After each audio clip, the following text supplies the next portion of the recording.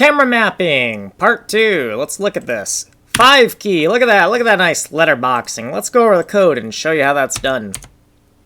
We added some tags, define stuff right here, and some new defines that we're using as type defs for different types. We're not going to use a P for %, we'll use the F, which is used for floats. We don't want a proliferation of prefixes here. In the main function, we've declared some variables ahead of time for what we're doing.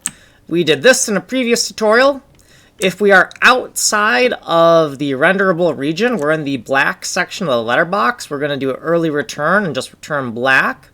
Otherwise, we're going to keep on going, and we want to calculate the % coordinate within VP0.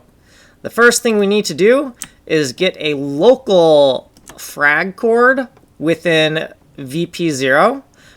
We need the magnitude of VP0, and using both of these together, we can calculate a % position. You'll notice there's a -1 here when we're doing this percentage calculation, and that's because if you were to have a viewport that is 100 pixels wide, the last address is not going to be 100. The last address is going to be 99. So if you want 100%, 99 out of 99, you got to take 100 minus 1.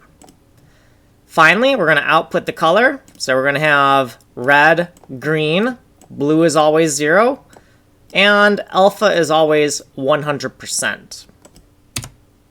Here's what we did in the previous tutorial. Here's some notes, and here's what we did in this tutorial.